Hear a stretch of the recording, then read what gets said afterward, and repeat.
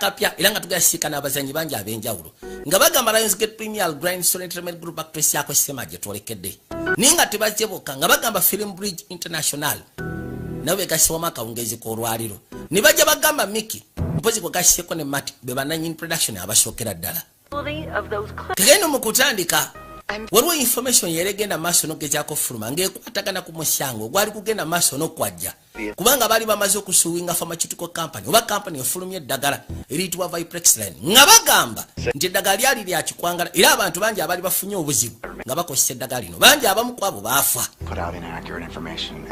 baatukesera ne basooka baleeta ku basawo abaakola testi ku ddagala lino abamu ku bo nga bagenda maaso n'okwenenya nga bagamba nti yensobi ezimu ku ezo ze baakola kubanga eddagala lyatta abantu abatenkanika naye ate ekisinga okwasa ennaku ekiriwo nti aba Federal Drug Authority baakola okunoonyereza nga bagamba nti babuliddwa obukakafu obukakasa nti Viprexline eddagala lifuluma okuva Pearson Pharmaceuticals lyali lya kikwangala era kabaka nyini pharmaceutical company tibaamukwatako lwa nsonga wali tewali bukakafu kasema bakayise misconduct ketwolekedde byonna byonna nga biwedde guilty if I just kabaka yakwate kubona janga akandagane nakyala wabula omukyala abadde amugamba nti wandibadde ofunamu kawaazi n'otawanyika n'ogenda alisi n'ogendako eyo mbungereza namugamba singa ntawanyika kijja kuba kiraga nti omusango gonsinga kono kati ogenda kusigawo bamale kukuba mu kooti oyogere mazima kuno nja bawulira ki kibeetaaga okuwulira bali wana essimu yajja any updates? wandibadde omwamuka privacy waisoko ndeke naawe tutumbukira You tell Dr. Schumann to get back to the lab. gamba Dr. Schumann akwate kubadde mu laboratory ng'obudde bukyali Immediately, you do it or I get someone else to do it. ngenda kwate kuba nzije bwe kiba kyetaagisa nange ngenda kujja tubikwasaganye kano kanakyala kawala kato ku kabaka I'm going back to the office. They can't do anything. ngenda kuddayo ku yafesi lwasonga tewali kyebasobola kukola nga siriiko consider naye lwaki tokonsidaringa ebintu ebiseera ebisinga bye mbagambye it is fault, you know that? kwegamba yensobi gy'osingira ddala okukola nze ompisaamu amaaso Come on. leka naawe Then we'll take you home and I'll see you tonight. lwaki otakuzaayo eka nja kukulaba ekiro Stop being a child. lekerawo okubeera ng'omwana omuto Fuck you. weegire gasiya Let her go. muleke Emily yakanda muyita wabula nga ko kakutte kubo kagenze ati kakana kajja kudda nga bagamba Ryan Black William bonna bali ku mukolo gwa sinema kali yakwati kuba jasika ne baloya be Oh, yeah? nga bamugamba nti exposure yakwegamba tebadde y'amaanyi ko tekiriyo ekyo ssebo Tomorrow I need you to cover this. Get Jake, Coben and Nico. I want a strategy before. yabaga basooke bafune Jack Coban Any questions of this? ali mu Lego department ensonga eno bagitulemu ng'obudde bukyali bifunga ebisinga tebannabagezaako bitwala wala Emily? ulina amugamba singa bakwata tubaako ekintu kyonna kyoyanukula kuyo temufaayo yakwati kubona akomawo waka kwe kutandika okuyita Emily ono lwodi kulaba si balina sete ezitekanika wabula sete azifunye mu kukola ddagala Pearson Pharmaceuticals ye kampuni ye lwodi ayitwa Pearson Denning ng'emanya ge akomyewo waka ayita Emily yasooka neyeetula ennyumba yonna nga yakatuuka Emily? kwe kuyita Emily waayi simuuliza simanyi wagye kali gira bafunyemu butakanya emisana kukabadde kamugamba nti wandibadde ofuna wotawanyika lisi nosooka otambula mukono ewe refreshinga aba yakatuuka ebbala ekyamala eviri ku mutwe bamusindika ekifaananyi kya nakya naye ng'embeera si nnungi ne bamusindikawo ne information nga bamugamba mu ssaawa 12 kayinza okubeera mayiti kanakyala kabadde anoonya akayitibwa ka Emily byamusobera kwe kujja azeyo reply n'ababuuza oba balina bye beetaaga byonna demands wabula message yali mugenda lwa nsonga enamba yali blocked naye nga badde yakamala okureceiving message yagamba omusajja we njagala obeere mwegendereza tubaako kyokwatako tumala gasaatuka mu nnyumba eno bwe kiba kisoboka mpitira ne bannange bwe tukwasaganya mu cases bwe ziti More contact after you left the park. kati waliwo be yayita balinga private investigators That's all. Yeah, it could be. Jane is the advisor we retain. Jane ye advisor Kidnap and rescue. akolera ekiyitibwa private organization yaffe ku nsonga ya kidnap and rescue I've employed you, so I don't have to. yeri amugamba weetaaga okuyita abeFBI kuona ekyandeeseza mwe nneme kuyita abeFBI Praying that someone will save her life. In 11 hours, Emily could be home or dead. If this is going to work, you're going to have to trust me. mukazi wattu asuubira nti mu ssaawa tonogera kuba omutaasa Of the next. era mu ssaawa 11 eziddako either ayinza okuba nga mufoba siki ng'akomyewo eka We'll reach out again, and we know what they want. singa agezaako okulikinga gy'oli nateera tujja sobola ogezaako kumanya ki kyeyeetaaga kubanga ennamba twagiwadde abasajja baffe bakakensa mu tekinologi May they bagezeeko gitracinga to harm her, hurt her? olowooza ono eyamututa ayinza okwagala okumulumya kono butereevu Your responses. naye gwe okwanukulako tokuwomereza lwaki mba nkuwomereza abuuza nakyagolowooza eyatutte Emily asobola okumulumya mu ngeri emu oba endala nakyanamugamba kisoboka kyava mubuuza gwe towomereza kwanukulako oye lwaki mba mpoomereza tuliyaddamu namusirika mesi namugamba manyi kyewakoze wabula tugenda kwetaaga $2.2 era bwatunamwani direction wajja abagireeta kabaka yakwata ekkubo n'atambula najjerunda What do they want? badde beetaaga ki $2.5 million. beetaaga $2.2 TV gallery by 1 p.m. Monday. era nga bamugambye azitwale ku Octavia Gallery ku ssaawa 7 Lunchtime, there's lots of exits. ekirugi kya byonna Foot traffic. ekifo kyogendamu egenda kubeera lunch time kirimu ebituli bingi wayinza okufulumira Pipers are going twandibali tuyita bannamateeka to do this civilly and yagamba si abasonga lwaki tuyita bannamateeka oba poliisi nze nga masente we ziri $2.2 tukikole mu ngeri ya bukakamu tubawe sente batuwe nakyatukite tetwetaaga kuleeta basinaipas oba poliisi oba ki yakwatikubo najja bamugambye agenda basisikana ku Octavia Gallery ku ssaawa 7 nekyenamugamba ngenda kubeera manju era bwatu yatuuka Rudi akutte ekisaawe muli omudidi gw'ensimbi $2.2 eza dola Done him. maaso bagatadde ku ye Do not turn around tokyuka so that you can hear me. kikubu kyabeena nti osobola okumpulira Wait for them to approach you, Mr. werindako basooke batuuke woli Mr. Denning anti kali You have him. He's out of my line of sight, Jane. nze sikyamulaba bulungi Relax. gwe kakana nze mulaba balesekana kyakayitibwa kajeni Rodi yakalesi yagambye ka advice from private organization yaabwe ekwasaganya ensonga za kidnap and rescue This is hard, but I need you to stay calm. kino kigenda kubeera kikalubo wabula ngenda kusaba osigale ng'oli mukaka mutokole ekyobugwagwa Rodi yajja ebbali waliwo ekifaananyi Remind you of someone you know? ekifaananyi kirina gwe kikujjukiza Like most women, she's expensive. ng'abakazi abasinga n'ekifaananyi ekyo kya bbeeyi deal. oyagala tukutula eddiiru Just drop the bag. already seba approaching ze wali kali bali bamugamba nti esawo giteeke buteesi wansi togenda naye lwatandikirawo okutambula Mr. Denning, you have to trust me. oli kasita ayogedde ku nsonga y'ekifaananyi n'agamba n'abakazi abamu ebiseera ebisinga babeera expensive Jay, kwegamba n'ekifaananyi kiri expensive ng'abakazi abasinga bwe babeera onamanya oba osanga ye omusajja gwaze okusisikana bajja batambula walk away. waliwo ekintu kimu yasooka n'amusekulirawo oli omugagga tazannya You see what happens when you fuck with me? olaba ekituukawo singa ogenda maaso n'ofakinga nange Where is she? kati aliwa You heard her? wamulumiza There's Emily. Emily aliwa asekudde kabaka n'agwa ku ttaka n'asooka amutujja ziri zituki katonda watu abaali bamuggiddeko Just attacked him. Get him. bonna basooka ne basiriikirira Get him out. mugende mumugjeyo kati mwanguwe oli kasita yeerondogozza n'ayogera ebyekitumbaavu atuuse ku kifaananyi n'agamba nti kirina gwe kikujjukiza ng'abakazi abasinga n'ekifaananyi ekyo kya bbeeyi kubanga ekifaananyi kya mukyala oli n'amugamba tudde ebbali tukutula eddiru ye ategedde butegeezi oba osanga ye omuntu gw'ategeddwa osikana kati basooka ne bakuzizaayo ko emabega bijja bitya bakuzizaayo wiiki emu emabega Yeah. aha Oh, come on, don't turn to that guy. leka naawe leka kwefulata essejjaaka Playing with a widow whose husband didn't have a will. wasobodde ogezaako taasa ebyobugagga by'omukyala newankubadde yabadde talina ddaami Actually, ebyobugagga bya namwandu nga talina wadde ddaami some kind of assets. yaddabuzi ku laptop bano balooya Okay, you know what? I'm just gonna take kale omanyi So, Since when are you interested in women? yali amugamba nti njagala olete charlotte charlotte naye aleete mukwano gwe tugendeko out Evan Straight. Congrats. okimanyi nti kati egyo emisango 11 how do you have to tewali gwe baakuwanguddemu enjoy? Right. ye bw'atyo bw'asanyuka Avenue Construction came gweza kikyayinawo from Scheinfeld and Associates. And waliwo bano abakyayina omusango gw'abakyayina What's the paralegals? What are those Flynn v. Benson files? njagala osooka oŋŋambire bali ba paralegals bandeetera emisango gya benson vs flynn Been a machine for over a year now.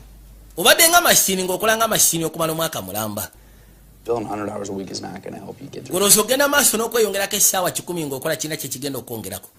Goza mukazi we agenda kukola musafu oba bagenda kwongeza omusawo oba bagenda kukuza. You got to get out of this office. Wandibadde ofuluma yafeesi eno. Mukazi w'omufiisiza akadde. Bw'oba oganye kiryoke. Thank you. Ecupa yogireke. Ecupa n'agimulekera. Road lawyer era nga yakaweza emisango 11. Tiwali musango gwe baamulinnyeemu. Beera so bize ebiseera bisinga. Twakwati kuba etudde erudda.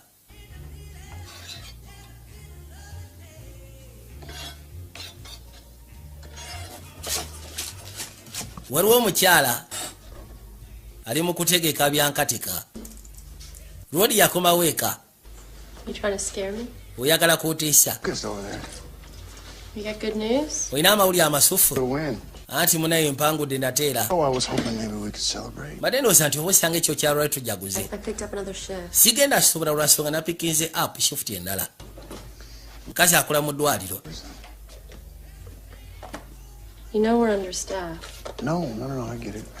Nkitegeera. There's chicken pie in the oven if you're hungry. Nakufumbidde chicken pie mu oven bw'oba oli muyala osobola okulya. Waking up without you, Charlie. Sisobola gezaako tambuza bulamu bw'otali kyali. Manyi kye tujja okola? You want to go on a date? Oyagala tugendeko kadeeti? Yeah. Butereevu. When? Di. When I'm done. Bwe naaba mmaliriza. Kiriya. Beete wali tabu kiryoke. You look nice. Thank you. Olabika bulungi kono weebale. Mwaka mulamba abadde so focus ku mirimu gye. Rodi yakwata ekkubo n'ayitawo ebbali. Bw'atyo yajja. N'atandika okuyisa amaaso mu misango egimu egy'enjawulo. Ng'ali ebbali asiriikiridde. Yajja ebbali n'assaako ettaala. Waliyo akatebe k'omwana oba akatanda naye nga tekali sembodi. Yafunayo engeri y'akatabo. Ebiseera bisinga kiba kimwetaagisa okootinga amateeka. Kali abaali wano ku kompyuta waliwo yamusindikira request. Lindako Emily Haynes. Yena kyalo oli girlfriend w'omugagga. Kali yasooka ne yeebuuza. Yanibanga alina kyamumanyiko. You didn't accept it, yeah. Tungamba nti wakkiriza. It's not like I can't. Issues? Kali yajja n'abinyumizaamu kyali waayitibwa Douglas. It's not normal. I remember some pretty manipulative shit. Nzijukira mu biseera biri ebikadde ssebo ng'okyali ne kannakyalako byali bikalubo. Katukayisira ne katiisatiisa mbu simanyi kagenda kwetta. Mu biseera biri ebikadde kakyankalanyanga nnyo. I did. Your wife's at 12. Yeah. Mukazi w'omusuufu gw'olina kati Far more attractive. akusinga amagezi asikiriza. You don't deserve her. N'esiraba nsonga n'ekisinga byonna tomugwana. And don't break the only good thing in your life. I'm not breaking anything. Nze sirina kyengenda kusaanyawo, sirina kyengenda kumenya naawe. All right, I love my wife. Mukazi wange muyagala. Yeah, we've had a rough year, but Siganyi kale omwaka gubadde mukalubo naye fucking friend request. sisobola gezaako bikyankanya olwaka friend request. I think it's a good idea. You're going to spend your 4 a.m.s drunk.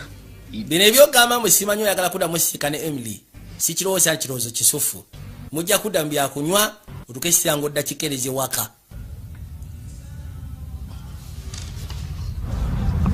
Kyali wamulangirira n'amugamba teweesembereza Emily. Emily baasomanga nako mu biseera biri ebikadde kaali ka girlfriend ke kati kafuuka ka ex girlfriend. Wabula kaali katabu. Era nga kaali kamutiisizatiisizaako mu nsonga ezimu ng'okwetta. Kaali so manipulative. Era nga Dagga bw'agambye. Kiriyajja waliwo kabaka gwe yajja okusisikana kyaliwe. Ono kabaka mbikwatagana ebya kompyuta. Era nga kakeesa mu IT. Oh yeah. You're looking sharp. Olabika ng'omukyamufu olwaleero. Lindako. Yajja n'asikayo ekyokunywa. State claim cashed in, huh? Ekisegeeza biri eby'ebyapa byakoze. Yeah, info I put in Mrs. Take's file worked. Kiba kitegeeza information gye n'atadde mu fayiro ya Takif. Yakoze bulungi kono ye. They're fixing this new Kati namwandu Flynn file. gwe baataasizza waliwo information gye yakyankalanyiza n'ateeka mu fayiro. Without cheating. Naye ebiseera ebisinga mbeerawo ne ŋŋamba nti kikwetaagisa owanguleyo omusango nga toguyaayiza. Kati information esinga bagetangete gyakozesa mu kkooti. Waliwo kyali wamuyambako.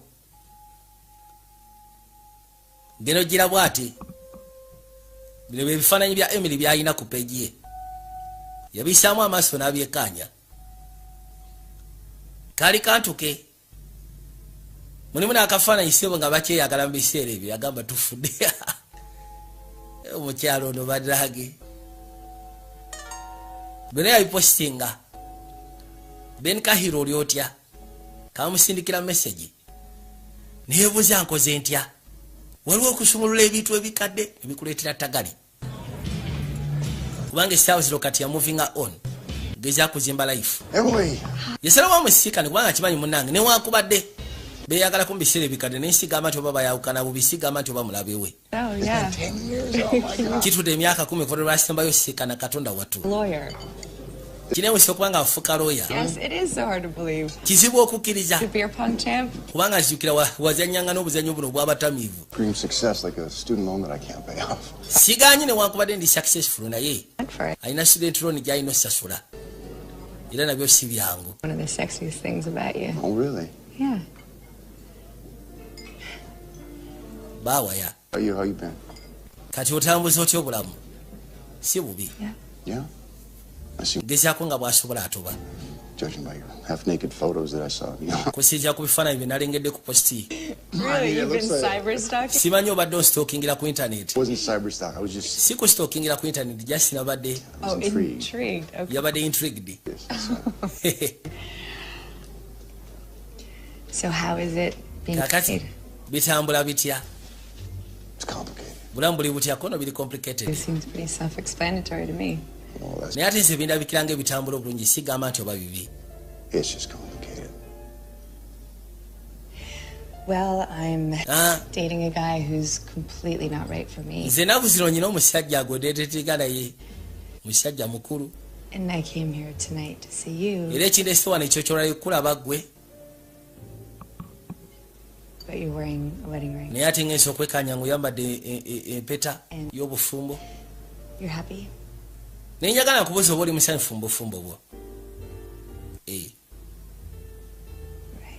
Okay. Why do you ask? Kiki ky'olina mu ndowooza? Kubanga bw'ombuuza oba ndi musanyufu mu bufumbo. Kasituka busitusi. Please, this is a bad idea. Bambi onoosonyiwa kyo kibadde kirozo kibi oba osanga sandize. And then I'm gonna regret. Sandiyagadde kuteeka mu mbeera gye ngenda kwejjusizaamu. Really stupid. I just. Gamba kino kyembadde ntandise kibadde kya busiru ko nedda. We're just gonna sit and talk. Siwali kya busiru kigenda kubaawo tugenda tula twogere. I don't think so. Sikiwa nti kijja kubeera kyakwogera bwogezi. Kamwe sonya ne kakwate kubo ne kagenda. Hey. Why? Come on. Ki ekigenda maaso mu bulamu bwo? It's a disaster. Yagamba ndi mukasamba tuko. You're like such a cliche. I'm dating my boss. Nina omusajja gwendeetinga bosi wange. CEO Pearson. Kwegamba yandibadde nga chief executive officer wa Pearson Pharmaceuticals. Holy shit. Katonda watoyo omukadde. I'm not a gold digger, you know. Sigamba nti oba mwagalako nsimbi. Ebiseera bisinga kale asanyusa mulaavu. I don't know. Why don't you just leave him? Kalwaki omuleka oba tomwagala? He won't let me. Tasobola kunzikiriza kumuleka. He won't. What do you mean he won't let? Kiki otegeeza mutasobola kuleka genda? It started with threats, you know. Omanyi bwe namugambako nti njagala mulekule yatandika okutiisatiisa. Nange asimanyi omulimu gwange agenda gungobako. I was on his laptop and I found data about... Kati recently nali ku laptop ye nembako information gyenzuula. Viprexlin. Ekwatagana ku ddagala liyitibwa Viprexlin lye baali bamuvunaana nti akola eri ekikwangala. I was concerned about. Naye ate nagezo bitunamu. His financials. Ng'amazima gali nti ebintu ebyo bituufu. Yabyogera mu email ze. If he actually addressed the deaths from Viprexlin. Ddala mu butuufu yasobola ogezaako okwogera kufa mu email ze. Mwe abantu 2 n'okusoba baafa olw'eddagala eryo. Naye nga bino information yagisiikana ku laptop ya mugagga. Tunamubuuza ddala mu butuufu ebitabo yabyogera mu email ze. Bw'abanga yabyogera mu email ze obukakafu bwe twagalira ddala. N'amateeka bonna abamubaddeko. And you want my help or not?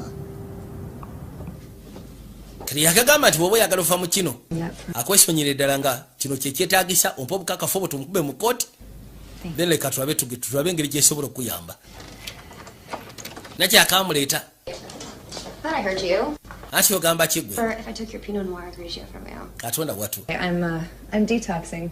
Nze naku zo sikyetaaga kunywa nnyo. Hi. Gamba ki? Hello, tall guy. Gamba ki gwe tolo guy? Oh, I'm just here. We're just friends. Ekindese wano nze kusika tuli ba mukwano gya sigamba tubaliwo ekikulu ejjo. Tugende tumalirize ebitulese gwe. kena kyanga muyingiza munda. Hannah? Kali kamuyise Hannah. Hannah. Most nights I spend in an apartment that Arthur bought from me. Agamba nti ebiseera bisinga obudde mumala nnyo mu apartment Arthur gye yangulira. Regular girl named Naye ebiseera bisinga ate bwe mansize wano mbeera regular girl. watches reality TV. Aliwo okulaba reality TV ng'ogasseko n'okusoma magazine. Ntambulira ku linnya eryo lye bayita Hannah. Okay. I'm only here when he's out of town. No, I can't. Kati wano takimanyisa ekifo kiyina. Mbeerawo ebiseera bisinga ng'afulumyemukko mu ggwanga oba mu kibuga. Kamusimba egiraasi y'ebyokunywa. Obadde akagamba sigenda sula munnange, sigenda kubeerawo kasi akawanvu. Tugende ku Kyatule Center wanyike. Ne kafuna flash disk ne kagiteeke bali mu laptop. Kajje kamulaga information gye kamugambye. Agenda obiyisaamu amaaso bw'ati. Katonda watu. Lengera. There are hundreds of millions hidden in offshore bank accounts here. Kuliko sente nkuyanja eziri ku international accounts, offshore accounts. Denning validated all of these personally. Okimanyi nti bino byonna It's because he knew the Denning abasinga bonna yabakwasaganya personally. Got the groundwork for a gigantic civil lawsuit here, but I can't. Katonda watu. I can't use this. Sisobola kozesa bino, sigenda kulimba. You said we could make it look like it came from Wangambye nti osobola okugezaako twa information n'okireetera okulabika nga wabijje ku muntu mulala atalinze. Manyi ebiseera bisinga ne woba ofunye obukakafu. Mu kooti baba bagenda ku question nga wabufunye otya mu mateeka oba wayise mu bumenyi bw'amateeka. Kirudi akyaba tetuganye omusango guno gw'amaanyi buno obukakafu osobola okugezaako mu Mega Kabaka mu kooti. Wabula ekizibu ekiriwo obukakafu agenda bupresentinga ati eri bakama be. Era bagenda kugezaako busimika batya okuleeta Rodi mu kooti. Kayitawo ne kamunyweza. Yalina okubirowoozaamu. Ninga nakukagamba yewe out. Osobola okugezaako okwesonyiwa omusajja ono. Tekalina ngeri gye kamuvwako. Alesi nga kamaze ofuna leverage. Musajja si mwangu. Bwe batyo ne batandika. Baabo.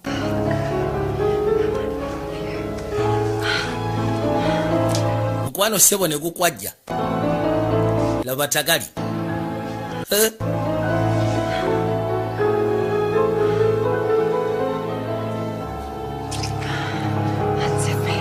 Soko sumulule zipu. Kamugamba soko sumulule zipu. Wabula musatu ayina muno bweralikirivu kubanga tiyandyagadde kola nsobi negenda muno ne yabufumbo we. Naye kasake kamwereetedde ebisigadde ndowooza ajja biraba oluvannyuma. Tereera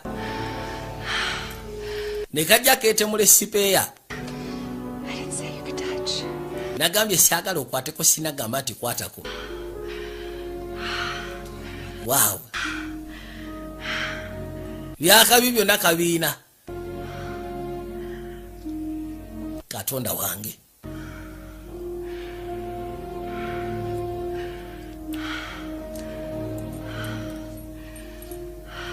Wabula awulira muli ekinyiizo. Katonda watu. What are you waiting for? Kiki kyolinda? Fuck me. Jangu, I want you to fuck me. Katonda wange. Rodi atandise okwekuba mu mutima yagamba owaayi. Newankubadde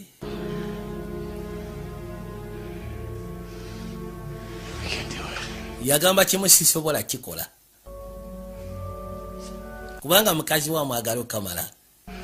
Ate okusisa ku bizibu ebadde balina waka. Mukazi watu abadde mugumiikiriza eri Rodi. Kirezi bwakera ku makya n'amulyamu olukwe mu ngeri bweti. Kiba kimaliramu ddala amaanyi. Lindako. Take the fire escape. Kale kozesa fire escape oba ofuluma. Kubanga singa ofuluma oyo n'akulaba ajja kwogeza ayasamanya alekumpuka nnyo. Oba siki woba tofulumye maliriza ki ekyakulese. Yamugamba onosonyiwa maama wabula nnyina ogenda. N'akwata ekubo ne yeetoola n'ajja asuleyo. Keno kasigala mu bulumi. Nkusi yakatono omukazi n'omukola ekyo. Aba ayagala nakufumita oba sikikusalako nsingo. Kayina oguma tewali kyakola. Ira bwe katune katambula bulambalamba kwe kujja erudda ne kasigala nga katunudde. Daba wabadde akatuusiza nga mbutuufu konna kayidde. Musatu yatambula bulambalamba najja ageze kusika n'omukyala we waka. Basajja abatono abalina omutima bwe gutyo. Bwe bigwa ku muganda wange Mudu, aya.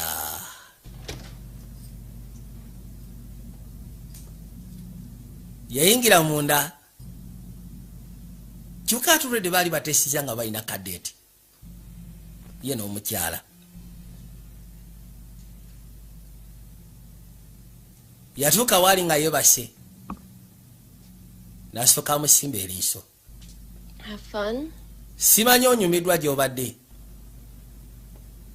I like vodka. Kubanga bwe n'owunya ka drink awunya vodka. Doug opened up one of his offices. Douglas yagenze n'asumulula ecupa zino z'ateeka mu yafeesi. We ended up working late. Kigamba twakomekedde tukoze empaka kiro. Ne tusalawo tukeesiwe. What'd she have? Noodles, spicy noodles. They were great. Aliddeyo ne ku makuloni sigamba nti gabadde malungi. Anyway, I think I'm gonna go shower. Kangene nsooke naabeko. Ndowooza njolekera obuliri. Are you serious right now? Uli serious eddakiika ero yennyini. Ne kadeti sirabika yakeerabidde dda. Did you forget about date night? Weerabidde ku deeti yaffe. I'm any fun anyway. I worked a double, so I'm a zombie. No. Yagamba naye tuwe tugireke. Kubanga nange mbadde ku double shift. God damn it. Mazima mbadde nga zombi. You and me. Komyewo mukoowu. We need to get back to normal. Yamugamba ekyo kireke tulina okukwata ekkubo genda. Kitwale nti kikubanja oba okimanja. Tulina okgenda kadeti. Laba. Kagenekera waalwo.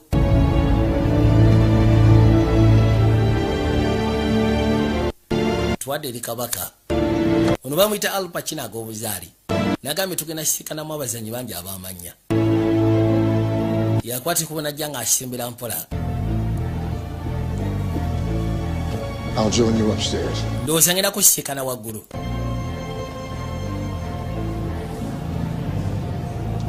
Give us a minute. Mwemusooke mutuwemu eddakiika. Arthur Denning you gave me. These are the Information gye wampadde ku Arthur Denning okakasa wagifunye mu mateeka. Kubanga oba tewagifunye mu mateeka ogenda kuba organizinga documentaries obulamu bwo bwonna obusigalidde. Office 5 minutes. Brief him on what you. Kwate kuba genda osisikane Abraham eri waggulu mu yafeesi mu dakiika 5 mu briefing ekiki weetaaga omugamba then okwate kuba oveeyo. Senior partner. Oyo senior partner ayogeddemu naawe akutiisatiisa alabika alabanga gwe ayagala okumulyako ekifo.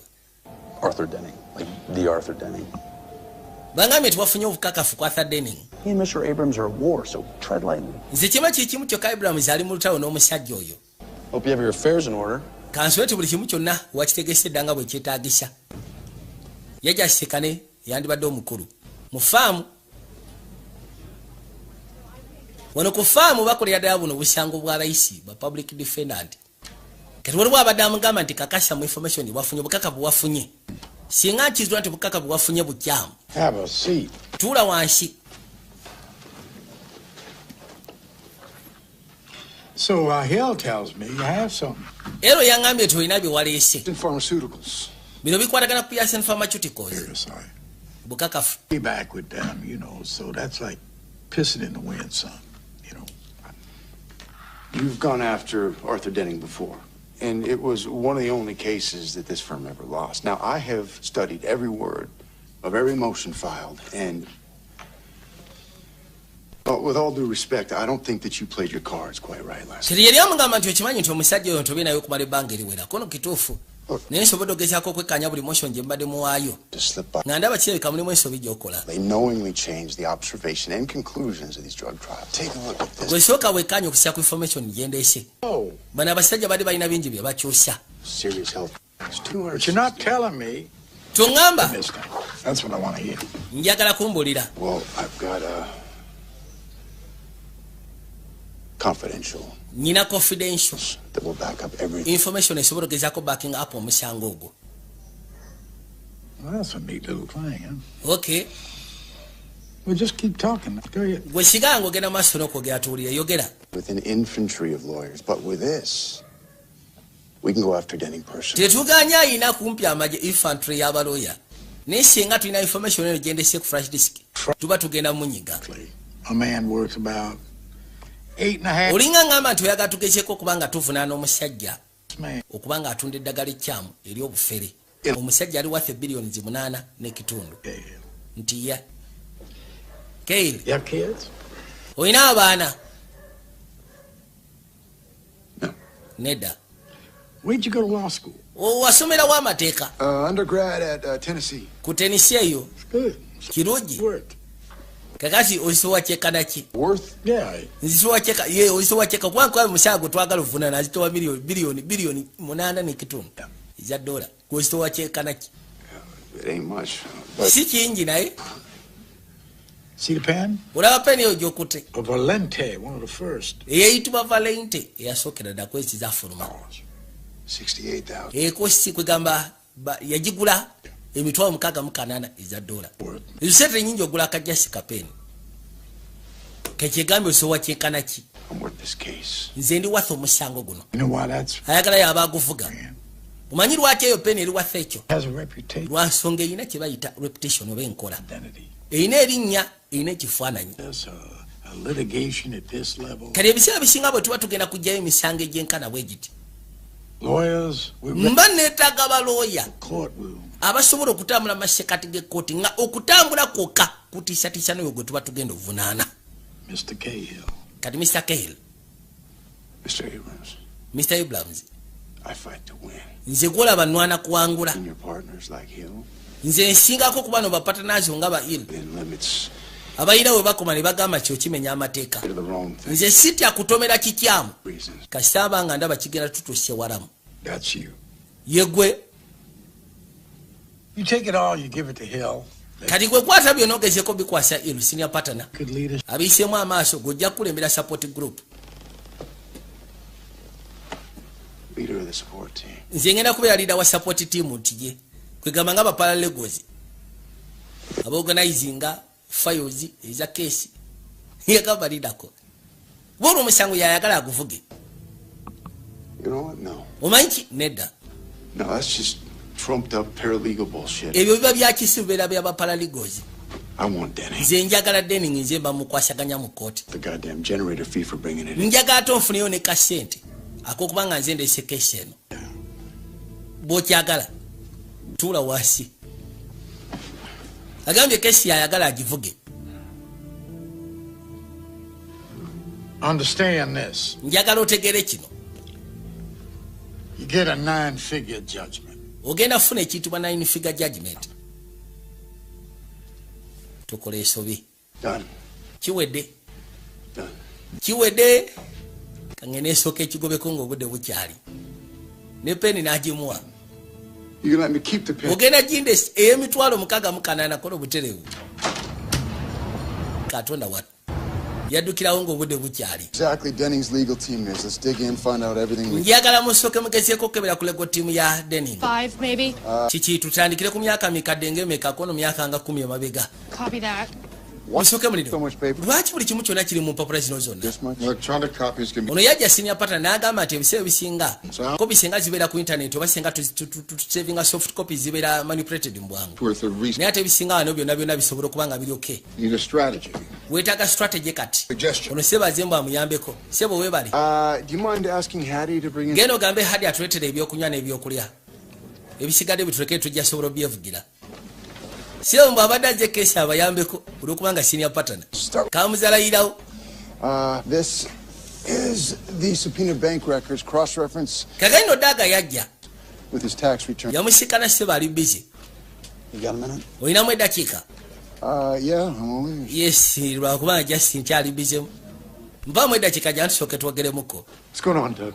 Kyekigenda maaso Douglas. So I was doing background checks on this. Omanyi mbadde ngenda maaso n'ogezaako okukola background check okussa ku information gye waleese ekwalagana ku bukakafu bwe tugenda okukozesa mu kkooti okuvunaana Denning. Wabula nga njagala kumanya. LexisNexis can't find that. Tiwali kye nasobodde gezaako zuula ekyangu. People working for him.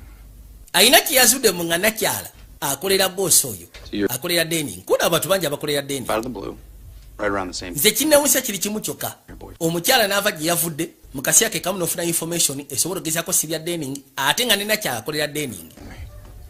Kikyogezaako gamba. Emily has nothing to Tungamba nti Emily yalese information kono Emily tabiriyo. To you for whatever reason. Kyengezaako kugamba kiri kimu kyokka. Guroseti yakuzudde lwa nsonga talina nsonga ze mabega wa kino. Fruit of the poisonous tree. You taught me that. Ekibala ekyomuti ogw'obusagwa ekyo gwe wakiŋŋamba. Disclosure order. Okay, in a case this massive, all evidence has. Senga ebintu bino bigenda bubi oba senga bigezaako kyama. Obukakafu bwonna senga buleetebwa nga buleeteddwa mu bumenyi bw'amateeka wabeerawo ttagali kesi bategenda ku driving bwa bulungi. The entire case rests on this. We have a case. Bwe kyoba omanya nti omusango gwonna gwesigamye ku information eyo gye waleese. Obukakafu bwe waleese nti ye. Okay, I don't know what's going on between. Sima kikigenda mu maaso masekati go ne Emily. I will. That'll be all. Wabula nkusaba konolekera awo tombuulira. Unabadde amugamba kakasha nti obukakafu bwogenda okukosa ku musango mu kooti buli attained mateeka amatuufu. Bw'obanga ofunye mu illegal channels kiba kitegeeza bwe kimu kigenda kuba kisatulukuka. Wewe kabaka yali wano ebweru. Yeebaleko nnyabo. No. Bye. Badde ku ssimu ng'ayogera. Kabaka amuyimiriza nga amubuuzaako. Ono omumanyi? No. Nedda simumanyi. Iye? You lied to me twice. Onimbye emirundi ebiri. Kiri njagala nkubuuze nate era saagala kwemamaaza. Are you a cop? Omumanyi kyava mubuuza oli musirikale. The man she's dating. Nedda. Who the fuck are you? Gwani kati? You've never seen her before. Kyogamba ono tomulabangako. No. Nedda. But I have seen you creeping around. Wabula gwe nkulabyeko enfunda eziwera ng'ozungira wano ewaffe. Cops. Singa tulekera ogenda kuyita abasirikale abaddala bakunywe. Kabaka nazaayo kifaananyi kye. Najja akwate kuba yeetoolole. Tuwadde eri Charlotte. Zibadde ziri busa Kabaka yakomawo. A bottle of Gaia. That's right. Olese ecupa ya Gaia lukono butereevu. That hurt? They took that gunshot wound to the chest.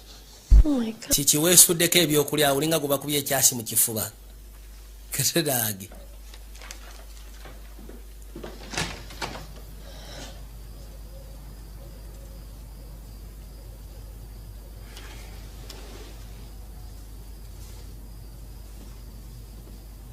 Look, let's no cooking tonight, okay? Tugenda fumba ekyo ky'olwali tugenda fumba. Properly, you and me. Nze naawe tubadde njagala tutambulemmukko. Should I change? Nkyuse engoye. You should wear that. Agira mu ezo. Mbugira mu ezo. Mukazi wattu najja akyuse.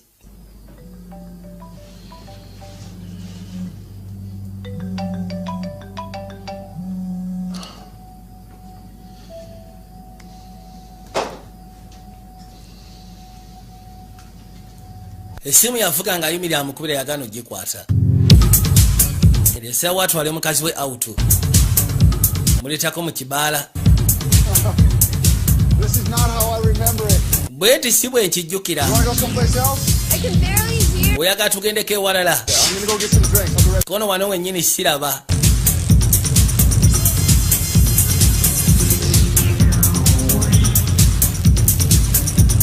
Yeye tolde mwaso bulogezako kufuna ebyokunywa. 2 vodka sodas, please. Thank you. Hello. Yebaleko ssebo.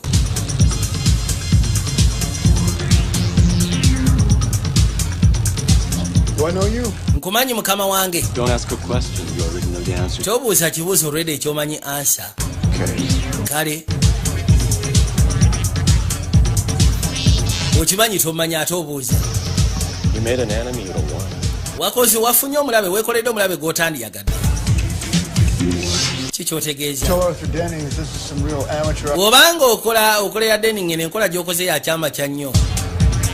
Nedda ssebo. Kikyoyagala. For you to drop this case. Njagala omusango guveeko. Omusango sigera guvaako. You will. Ojja guvaako basi kyojja kwejjusa. Ngenda kusaba okwate kubogene mu faamu yo bagambye nti ngenda kwejjusa okubanga nabaleetedde keesi eno gyesonyiwe. We'll never look this happy again. Bw'ogaana mukazi wo tagenda kudda mufuna ssanyu. ono yagamba soko linde yatandikirawo kunoonya mukazi we.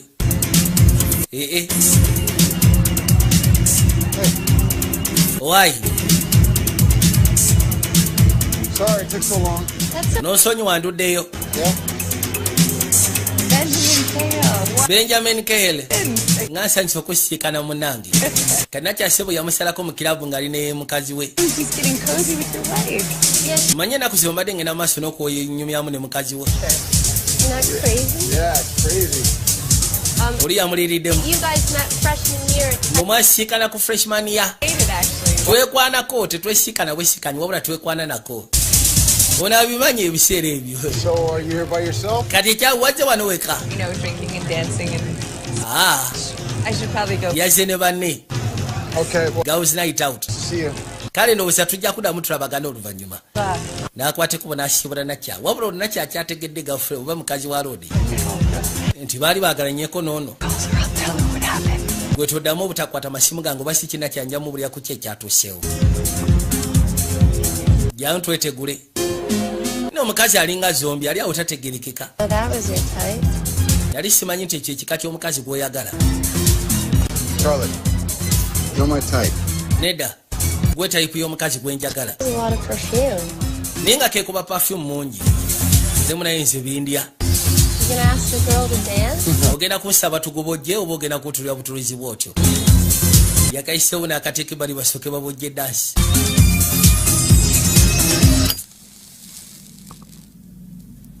Keno twafa entudde erudda nga bavuddeyo mu dansi. Lodi yakwate kuba jasika Nakyala waali. Musimbe girasi ebyokunywa nti weebale. Bw'atyo n'atuula wansi n'asirikirira. Why did you never mention Emily? When we talked about your ex-girlfriends, you never brought her up? Yagamba kijja kityo okuba nga tonyumizangako Emily. Bwe twali twogera ku bawala bwe wali oyageddeko kijja kityo okuba nga wali tomuŋŋambangako. We never talk about anything. Naye sigamba nti oba ennaku zo tubadde tulina bye twogerako. Tubadde tetukyanyumya nnyo. Anti okuva omwana lwe yava mu lubuto. Agamba ekiro olwo yafiirwa omwana we yali atudde waneno wennyini. Obulumi bwali bukalubo nga kizibu obugumiikiriza.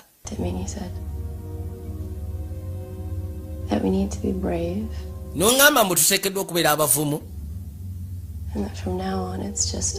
Era okuva kati n'okweyongerayo kigenda kubeera masekati gaffe. Ekyo kyo sirikyerabira. Wansuubiza mbu tugenda kubeera bulungi. Buto lwavaamu. Naye ate oluvannyuma lw'akasi ako tubali tetuddangamu kwogera ku bya mwana. Twali tetuteekeddwa byogerako ndowooza mpaka kati. Kubanga n'obudde tebubadde nga obadde nga bize. Badde emirimu gye. Kali akasi akaatuuka nga balina okugenda maaso n'okwetegekera deposition. Before ng'omusango tegunnabakwata kubugenda kwajjira ddala mu kkooti. Basooka ne bayita ttiimu ya Lodi y'abalooya. Nabo ne batuula ne bambulira ki bwe kigenda otambula. Bw'aba asobola okugezaako kikomyawo basobola okukikomyawo. Bwe kiba nga alaba ddala mutuufu naye asobola okukiwangula nga bagenda mu kkooti. Lodi yatuula ebbali n'atandika kati ogenda maaso n'okola strategy y'omusango nga bw'agenda okugutambuza. N'okusya ku bukakafu n'abajulizi bonna abaliwo. Njagala weekaanye. Ono agenda kubaawo kuba akalodi ka musawo ke kaagala kaguvuge. Mugaga gy'ali yatudde. Wabula batugambye ssebo alina infantry. Alina ssebo infantry y'aba lawyer.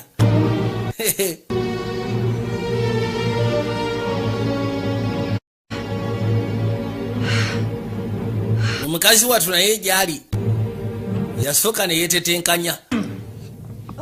Yafuna kyaliwe n'asooka mupakya ebikonde. Anti genda maaso topowa. Nsekula n'oli naye n'amutujja. Katonda wattu. Gira. Harder. Nsekula nnyo ova mu muzannyo. Negwe obituuse kashira bikebito bitadde mu kazole. Am I gonna have to hit myself or are you gonna fucking do it? Ogenda nekuba ogenda kusekula. Isekula. Nasoka mu kyenyondo. Face yone byatadde. Kale. Kyokusekula kati nga kiwedde. Emusaba asoke ye setting. Namufotole kifaananyi. Data kimala. Ndowooza ono bamulese bamugamba njagala crazy love. Njagala rough.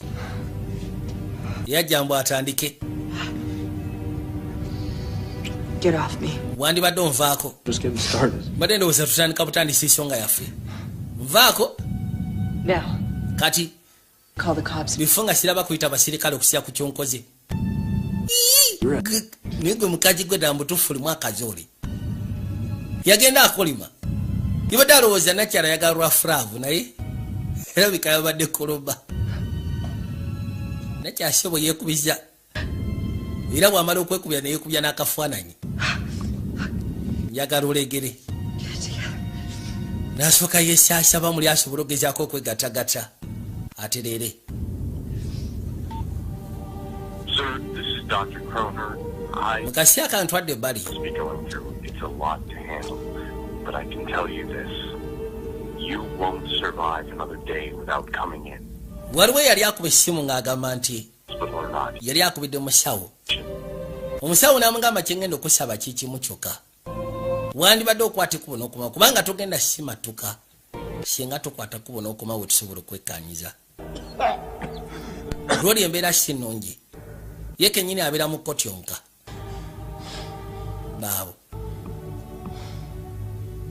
Yajje bali masekati g'ekkanisa. Abasooka atule bali n'asirikirira. You gonna sit here all night, bro? Kati ogenda tula wano ekiro kyonna munnange. Nabi alina okwasaganya. Anthony. How about one of them cream sodas? Lwaki tosooka n'omufunira n'onatumya ebyokunywa bosi naye. Zaala b'engeri gye basobola okwogeramu ku ki. Bino biki byonna by'oliko. Glad you're putting it to use. Kirungi peni ogikozesa. Yeah. Gye yamu ey'emitwalo 68. Well, ekiriwo kimanyi. Who's got a solid case, no question. Tulina solid case tewali kwemulugunya kono nkiraba. But Denning's lawyers Baroya ba Dennings last night to file a motion to keep those. Sebo kyabatwalidde olunaku lwajjo okusobola okufayiringa emotion. Bitu ebisingo bitekatide. No, not yet, but I'm not going to sleep until. Kati wamaze ofuna engeri gy'osobola okirwanisaamu. Kono sinaba naye ate sigenda kwebaka paka nga amaze ofuna engeri gy'enkirwanisaamu. You poked the bear. Now he's restless and ready to come. Gwe ky'omanya kikimu kyokka nti wafumise eddubu. Kati litaamufu litaami erinyize. Likwata kubo kulumba gy'oli. You know, here's someone like you been through so much, a major tragedy. Unthinkable. But you come out the other side. Many people wouldn't have made it. You did. Yagamba nze okusiya ku ngeri gye nkulaba ne gye nkumanyi. Gwe muntu ayise mu kituyita akashamba tuku. Oyise mbuzi obungi obutasobola teeberezeka. Naye se buno osobola simatuka n'otukawo otuuse. He'll getting me that meeting with you. Ulinga agamba nti meeting gye wasaba okusisikana. Already wali omanyi nzaani. Wali okitegese kono ye. Wali public defender kono kituufu. It's whether or not he or she is going to make a dent in this. Ebiseera bisinga ba public defender nti kitera kubeera kizibu. Okusobola okugezaako manya nti balina kyagenda okukolawo ekyenjawulo kiyinza omutuusa kati w'otuuse. Wabula ye yamulabako yamulaba musufu. Wuliriza gwe. Tuteekeddwa okugezaako okuba nga ojjawo kiro ekikwekiiseemu. Wesegeera. Tuteekeddwa liisi ogezaako okwatakinga motherfucker ono. Tumuggyeko omutwe. Then tumuggyeko buli kimu kyatuteeke wali etali. Osegeera kyegamba. Tumufune tumuwanike wali ng'ekirabo. Nti kaali. Osegeera kyegamba. Aya. And Anthony?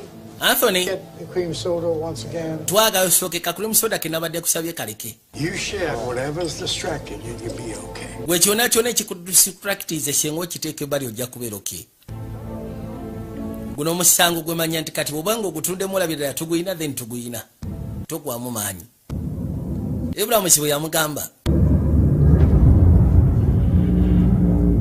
katude Rudy akwati kuba jasikane na kyalo ono Emily wobula agenda tuka mu apartment ya Emily kyamala enfiri ku mutwe yasikana kyasiba alitali wabula mukugwa ebbali yali akutta akakebe omubeera amakere na prescription drugs yamutuukako ng'ali awo tabitegeera wayi kutandika omukowoola yenna musekule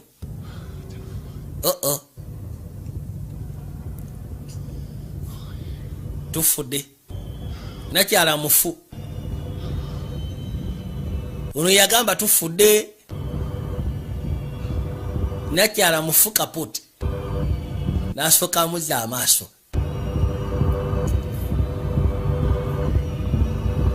yatule bali nasiriikirira gamba Katonda wange yajjawo essimu ya nakyala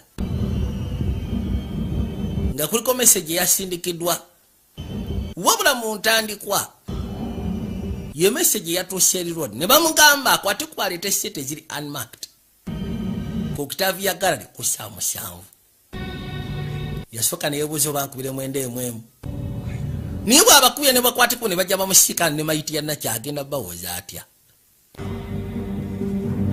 yeserawo ebyessimu abyesonyiwe era bwatu n'asimulako ebyenkumu bye essimu n'agikwata n'agiteeka erudda wabula omuwala ono embeera ze bwe yabeeranga n'ebimusumbwa naddala amasekati ga relationship yayinanga tendensi etiisatiisa ng'agamba nti agenda kwetta era yakikolako ne kabaka mu biseera biri nga bakyali bonna nga bakyayagana nga bakyali ku ssomero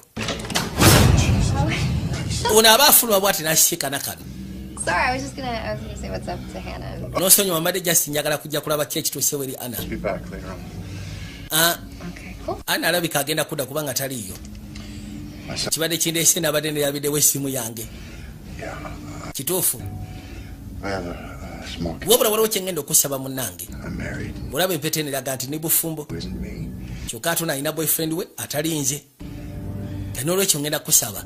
So I never saw you. Tofaayo kale ngenda kwefula mu kiseera kye nalabye. All good.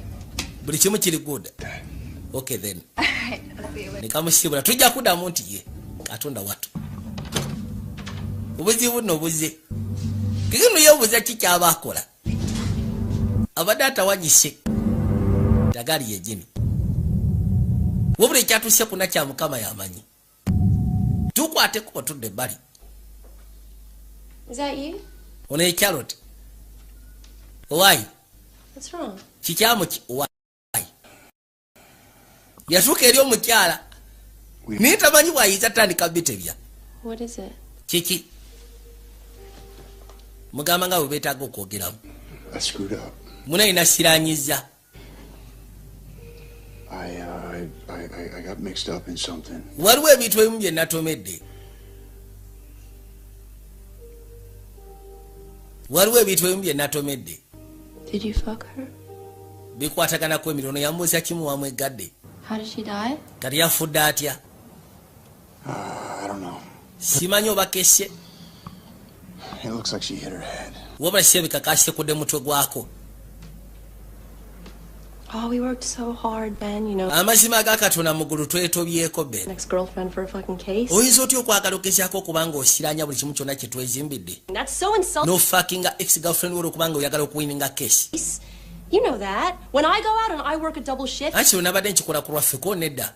Kino wakikoze ku lwo ekyo naawe okimanyi. Nze bwe nkwate kuba ngenda nkola double shift mu ddwaliro nkikola ku lwaffe. Ne kino wakikoze ku lwo kwagala gezaako okubanga ofuna credit. Obwa lawyer. A case that I feel differently about you because. Gwobadde olowooza nti senga ofuna kesi onoogiwangula ngenda tandika okulya mu ngeri ey'enjawulo gy'oli. I love you too. Amazima gali kikuyagala nga bw'oliko nange bwe ntyo. I'm so sorry for that. Kati njagala onsonyiwa ku biki ebituuseewo. Mukazi wattu yasoberwa tamanyi bw'ayinza tandika musonyiwa. Mentioned a meeting at an art gallery. Maybe I can go over there and see if I can try to piece this thing together. It's the only lead I got. Agamba nti kati okusinziira ku information gye ndabye ku ssimu ng'oli yasindise message ng'amugamba nti basiikane mu art gallery ku saa 7. Mbadde njagala nkwate kubo ngene nti oba osanga y'engeri gye nja osobola okugezaako ku access nga n'ofuna information kusa ku ekyo kyatuusewo eri Nakyala. We act as normal as possible. Fe kitugenda okukola kweyisa nga tulina mu nga bwe kisoboka. You gotta work, I gotta work. Gwegenda ku mulimu nange ngende ku mulimu. Something out, we'll just... Kwegamba tuleme kubeera nti tulina ekikanga bwe kyatuguddemu. Tusigale nga bwe tutambuza emirimu gyaffe.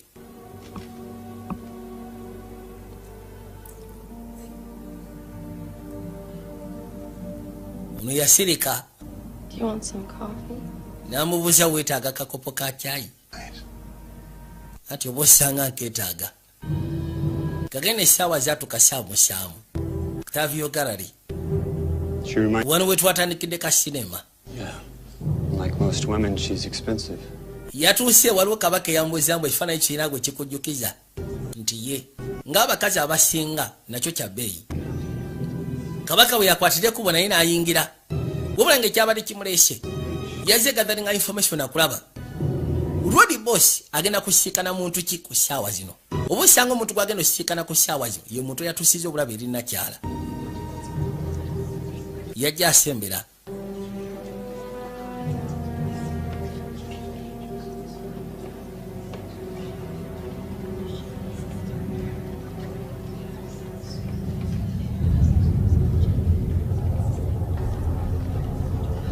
Kati oli we yabadde akwate ku butambula n'omusajja gwe yagambye tugende tukutula eddiiro.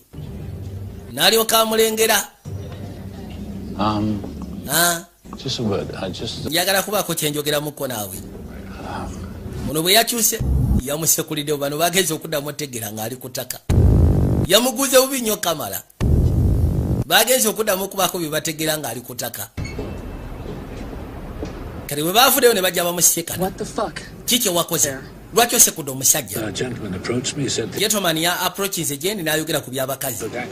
That kidnapper... Nabadde nteekeddwa taking action. Wabadde olowooza nti oyo kidnapper, oyo abadde just broker wa bifaananyi kono ye. Kakati n'okusya ku bigambo Rodi bye yayogedde. Yono yabadde alowooza nti oba osanga ye musajja eyawambye nakyala. Kubanga oli bwe yatuuseewo yamugambye nti ekifaananyi kirina gwe kikujjukiza gweyagala. N'amugamba ye. N'amugamba ng'abakazi abasinga n'ekifaananyi ekyo kya bbeeyi. Kati ye n'alowooza nti ono point gy'aliko omanyi boogerera mu koloba ayinza okuba ayogeredde mu koloba naye ng'alabika atukidde ku nsonga. Kumbe oli ye yabadde ayagala muguza kifaananyi. Bwasekudde. As always in matters like this, I take things into my own hands. My actions may appear. Era bw'atyo ng'annyonnyola agamba nti mulimu ebintu ebimu nga ye. Byalaba nga mutuufu. Yeetaaga lisa byekwatiremu nga ye bisobola okukakkana. We find ourselves in. I want Emily back and I want her back now. Njagala Emily mufune ate nga mwetaaga kati bwe twogerera. You enlighten me. No, give her. I can't tell you why. I just need you to hack. Gwe neetaaga osooka onnyambeko. Sina ngeri gyesobola kubulira lwaki wabula njagala ohaakingemu emails yange osangulemu emails zonna zinawandikira nakyala. Kiki otegeeza mu tekisoboka? Oli kakeesa gw'omanyi ofunira abantu visa. Ati ebya visa byangu. N'amugamba ezo emails sobo si nnyangu. Lomba nga mwabadde mugenda maaso n'okukyatinga ne nakyala. Gwe ky'oba okola kiri kimu kyokka sooka osangulemu ezizo. Nabe engeri gye naaba asobodde okikwasaganya. Koye tikali. Kyokka olunaku lwolwayo egenda kubeera deposition. Mugaga agenda kujja. Yasooka n'amanfriendinga na buli kimu kyonna ekisigadde n'akijjamu. Gw'oli kuki? Tungambe mbwe essaawa zino oli ku kompyuta ng'atoledde bakwetaasa edda mu ndeeno. Bagagga baatudde edda.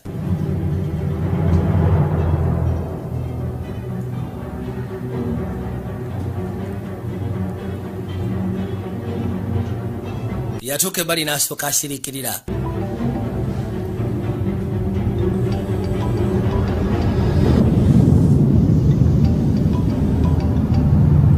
Abali wano ng'ali mu elevator. Essimu n'esooka evuga. Ani ono? Erese Emily. Oli yamubuuza kimu lwaki gw'ogikutte. N'amala n'ajjako. Amugambye kimu lwaki gw'ogikutte. Then essimu n'agijjako. Niyagamba tufudde. Yajja agezeko siikana buli kimu kyonna gye kiri. Bamuliize dda. Bifo nga tebina bagenda mu kkooti. Basooka ne batuula ne boogera. Ne banjula omusango, ne banjula n'obukakafu bwe balina gye bali. Bali ne balaba obadde mutuufu, basobola okukola n'abantu abo mu kkooti. Bwe kiba tekisoboka musobola setolingirawo ne kiggwa. What happened? Where's the tube? Ki ekituuseewo tuba tusuubira tugenda kujja ne balooya bo. Zeka. Expectations have often been your downfall, Charles. Well, I'd rather Musa mukwata mpola. faulty expectations than sell faulty pharmaceuticals. Yali amugamba nti mbadde suyogera kujja ne bannamateeka abo. Ko yeye ezo zensobi z'okola n'enkumegga. Kono kisingako ne mba nga nkola ensobi ezo n'omumegga zandi okufulumya eddagala ery'ekikwangala. Pharmaceuticals. Let's begin by confirming your identity for the record. Twagala tusooke tukonfirming identity yo ku rekodi. Yatulya loodi ono yamulengerako mu gallery. Would you like him to repeat the question? Wandiyagadde addemu ekibuuzo ky'abuuzizza. Spoke off the record. Njagala tusooke twogere nga biri off the record bye tugenda okuddamu okwogera. Nze n'oyo lawyer. New events have come to light that change the nature of this. Waliwo information gye twafunye esobola ogezaako kukyusa omusango guno nga bwe tugenda otambula. Well, I could elaborate, but I would prefer... Nandibadde ngenda maaso n'okunnyonnyola obukakafu bwe nfunye naye ate kijja kuba kisingako singa oyo lawyer abyogera. It's curious, isn't it? Kyewuunyisa Drawn to us both. okubanga family nakyala yatufuna. What the hell? Ate gwe biki byoyogerako? What is this? Biki byotugeta? I understand you're in possession of files that were... Nze nkimanyi olina information, olina files ze wafuna mu bumenyi bw'amateeka okuva eri nakyala Emily. Everything was obtained legally. Buli kimu kyonna twakifuna mu mateeka. To you in discovery. Era bwe tuno ne tubikulaga nga tumaze obifuna. Buli kimu kyonna mwakifuna mu mateeka. Buli kimu kyonna. The woman who brought... Then kati omukazi eyaleeta obukakafu obwo gy'oli ali ludda wa?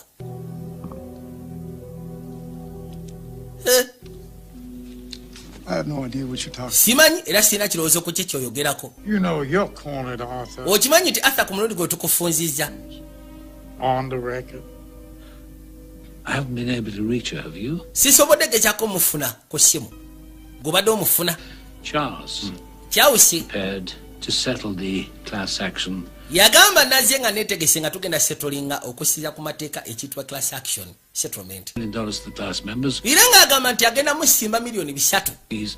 And within 20... okusinziira ku teeka ye agenda musimba sente ze basettlinge.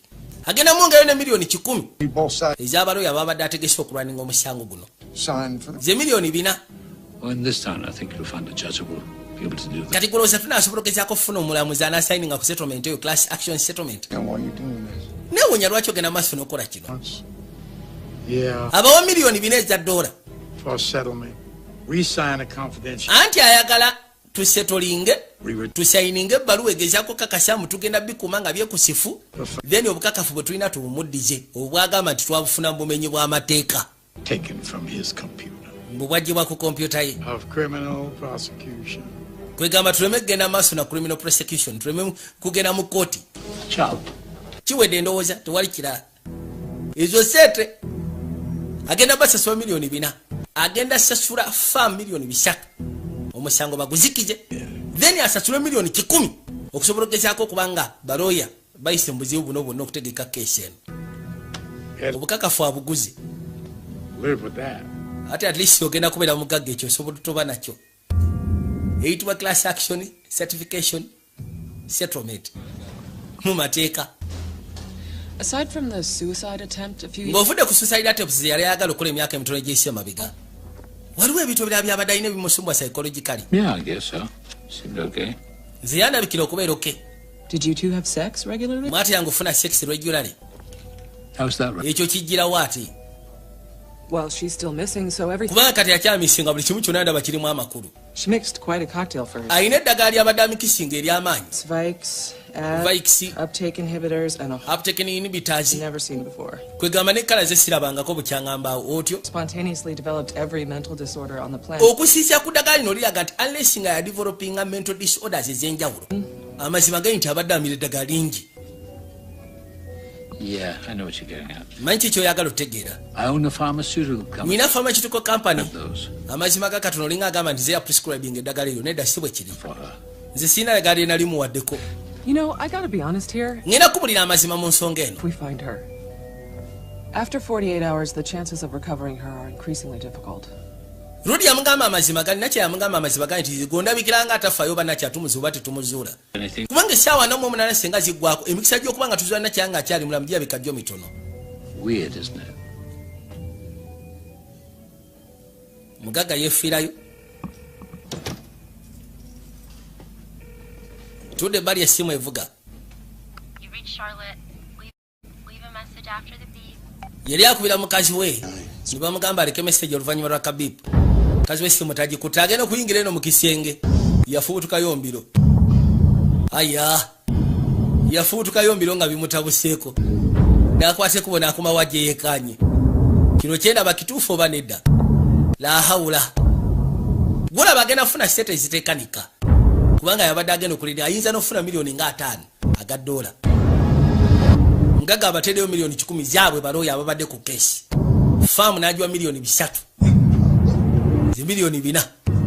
Unaagenda okujjanga mayiti ya nakyatolooza teri makage mu kisenge kye ku buliri. Yagamba tufudde. Mayiti eri makage mu kisenge ku buliri. N'asooka yeebuuza ki kyagenda okukola. Yakwata ku mutwe ebbali.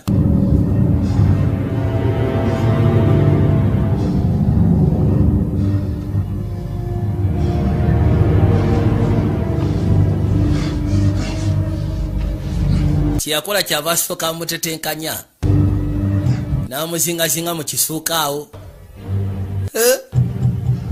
Ziba tesiri busa ne bawulira akonkona eyo. Leka tulabe.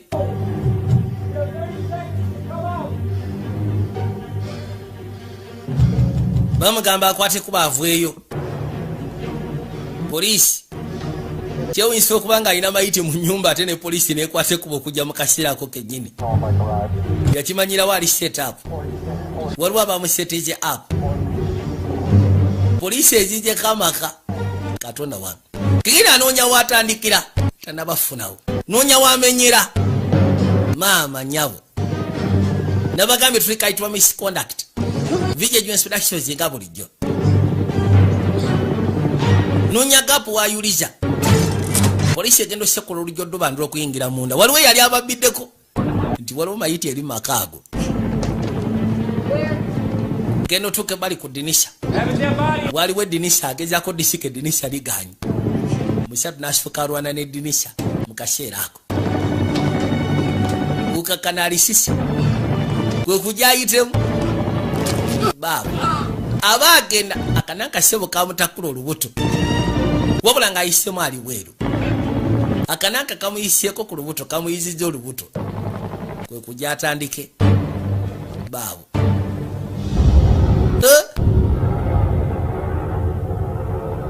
Nabagamba Cracking Sports Bet Uganda Limited naba International Premier Colleges Uganda Limited.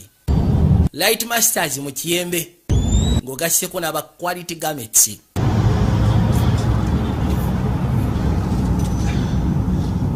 Yajja ku layini n'asooka asimba ku layini.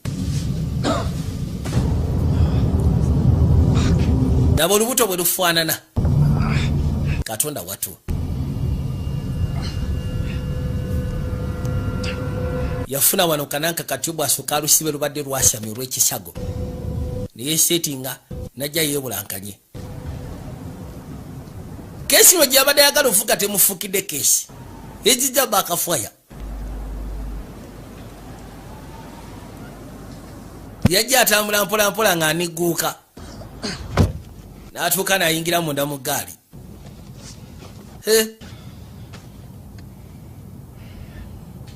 You didn't do it, right? Sigo wakikoze. No, I didn't do it. Nedda size yakikoze. Gotta ask the question, man. I'm sorry. Onosonyiwa okubuuza ekibuuzo Brad naye. I told you not to get involved. Nagamba akakazi kesonyiwe kati siraba nsonga lwaki wali okagwira kedde. Mbimanyi naawe leka kunvunaana mbimanyi. Tongenda wala mbimanyi ndeka. Kakati. The cops catch you with this? Abasirikale we bakwata nene mbwasi gomanyi. Tuze tulunteekamu. Okay, webali. I know. Polisi yawange musufu kono nkimanyi lise yawo naye tumpaayo. Weezaalidde eminyira. Yesu Kristo kati omuyaye. Bano bakwate kuba ne bajja mu maka be ba private investigator. Ba Arthur Denning.